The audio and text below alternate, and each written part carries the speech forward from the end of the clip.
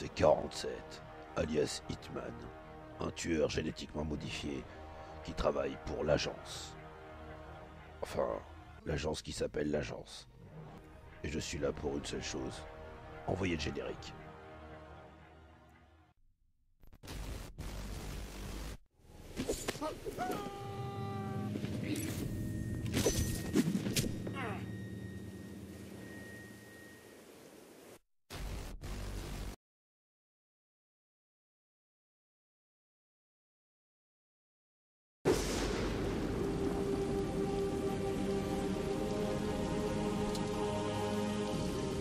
Il va falloir que tu te caches. L'agence connaît toutes les planques. Tu n'y serais pas en sécurité. C'est l'endroit le plus sûr que je connaisse. Je peux venir avec vous. Tu vas rester caché. Le temps que je comprenne ce qui se passe.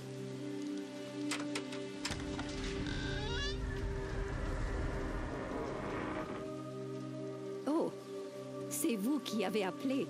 Oui, Oh, et tu dois être Victoria. Entre, mon enfant.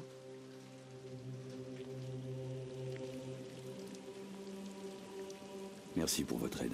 Elle compte beaucoup pour moi. S'il vous plaît. Je vous en prie.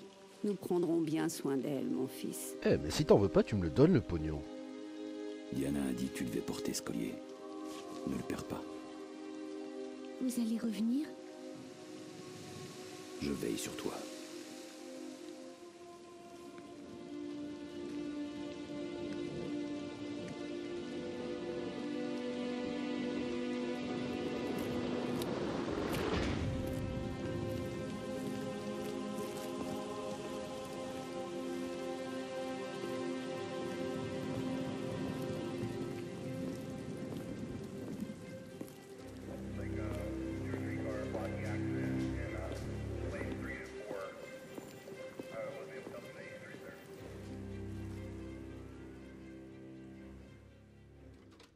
C'est 37,50$ la nuit, et pas d'embrouille, ok? Attention, phase explication. Alors elle, c'est Diana. Elle bossait avec nous pour l'agence en tant que femme au téléphone. Sauf qu'elle a trahi l'agence, donc on nous a envoyé la zigouiller. On l'a flinguée sous la douche, puis on a découvert une jeune fille. C'est la jeune fille qui avait piqué Diana à l'agence, donc on devait la ramener. Sauf que nous, au lieu de la ramener, on l'a gentiment embarquée avec nous et on l'emmène chez une bonne sœur pour qu'elle la garde, qu'elle la prenne et qu'elle la garde en sécurité. Puis ensuite on va dans un hôtel miteux pour aller téléphoner à un type qui s'appelle Birdie. Un type très spécial, qui ne veut pas nous parler tant qu'on n'aura pas fait un truc pour lui, c'est-à-dire buter un chinois. Bon bah, c'est parti. Let's go. Le roi abdique, si tu vois ce que je veux dire.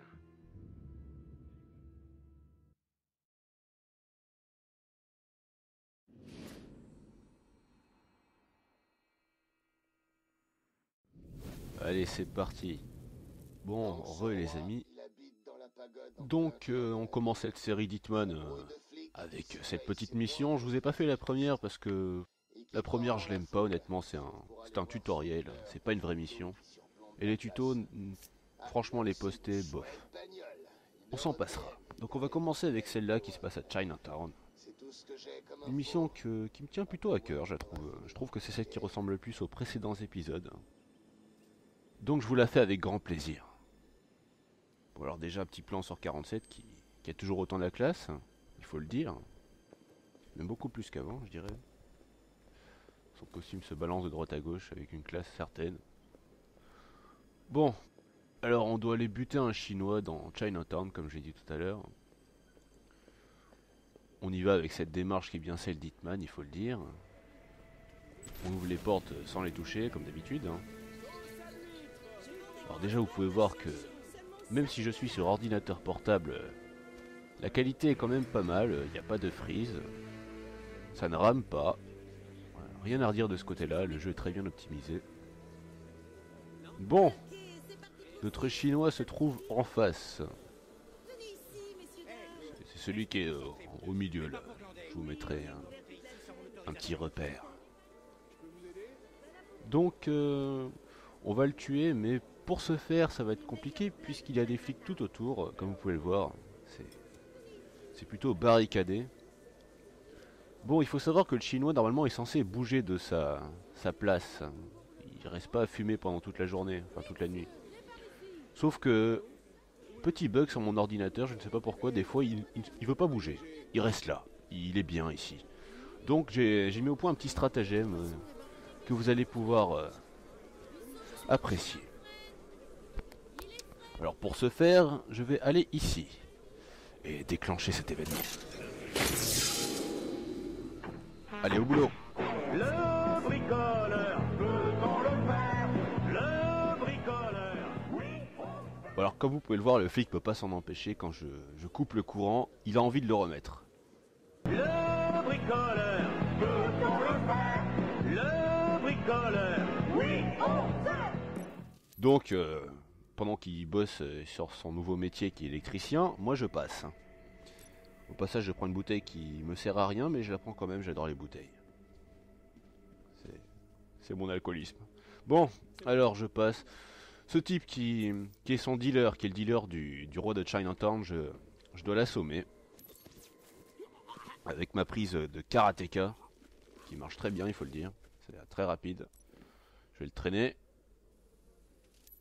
Mais d'abord, je prends son déguisement parce que ça va être plus pratique pour être discret. On va le traîner jusqu'à l'armoire. Ou le casier, je sais pas comment on peut appeler ça parce que c'est un peu moche pour une armoire.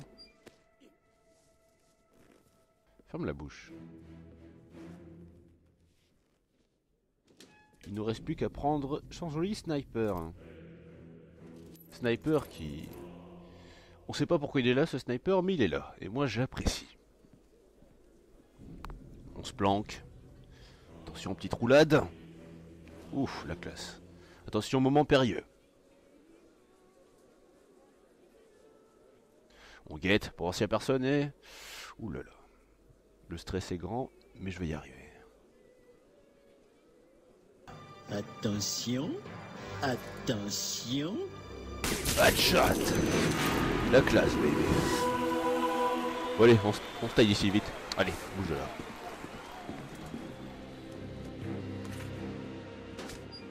Bon, je rentre dans l'armoire avec mon ami somnolent. Histoire de pas me faire repérer parce que comme vous avez pu le voir, ils ont quand même entendu le coup de feu, alors ils viennent voir. Hein. Donc c'est Bob le bricoleur qui s'y colle. Le bricoleur, peut-on le faire? Le bricoleur, oui. Bob le bricoleur qui n'est pas très doué, il faut le dire. Hein.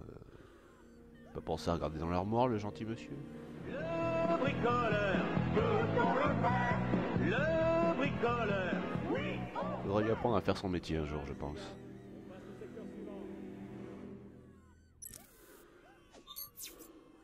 Mais je sais être prudent, vous inquiétez pas. Ça veut dire tout simplement que ils arrêtent de chercher tout simplement. Maintenant ils vont tous retourner à leur place. Ils vont arrêter de chercher. Cependant, ils vont être beaucoup plus méfiants par rapport à moi.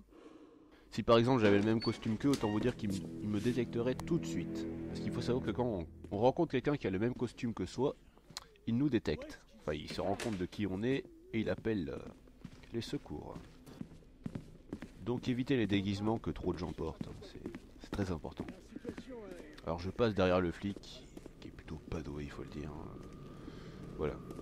Il n'entend même pas que je passe derrière lui. Et là je pars avec la classe. Musique.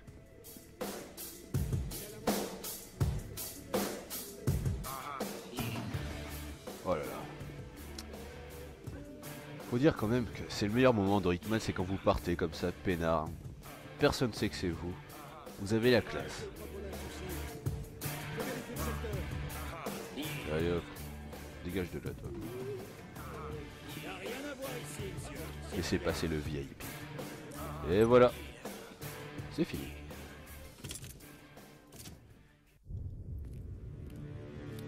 Un peu de monnaie pour un pauvre malheureux.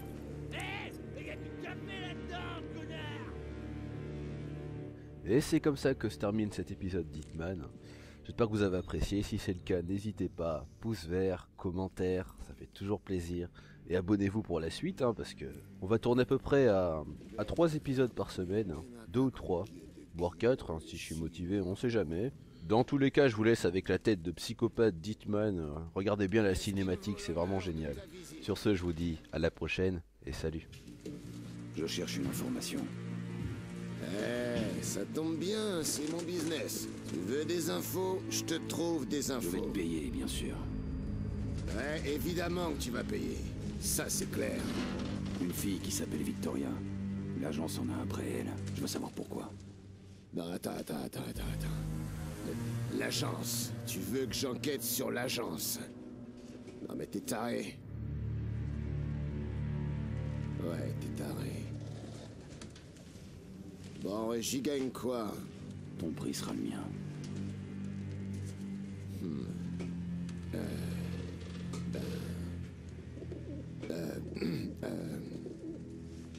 Tes outils.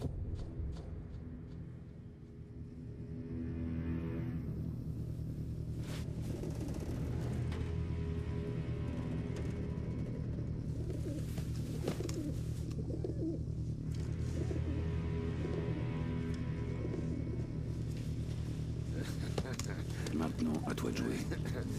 Si tu entends parler de la fille, tu sais quoi faire. Je t'appelle.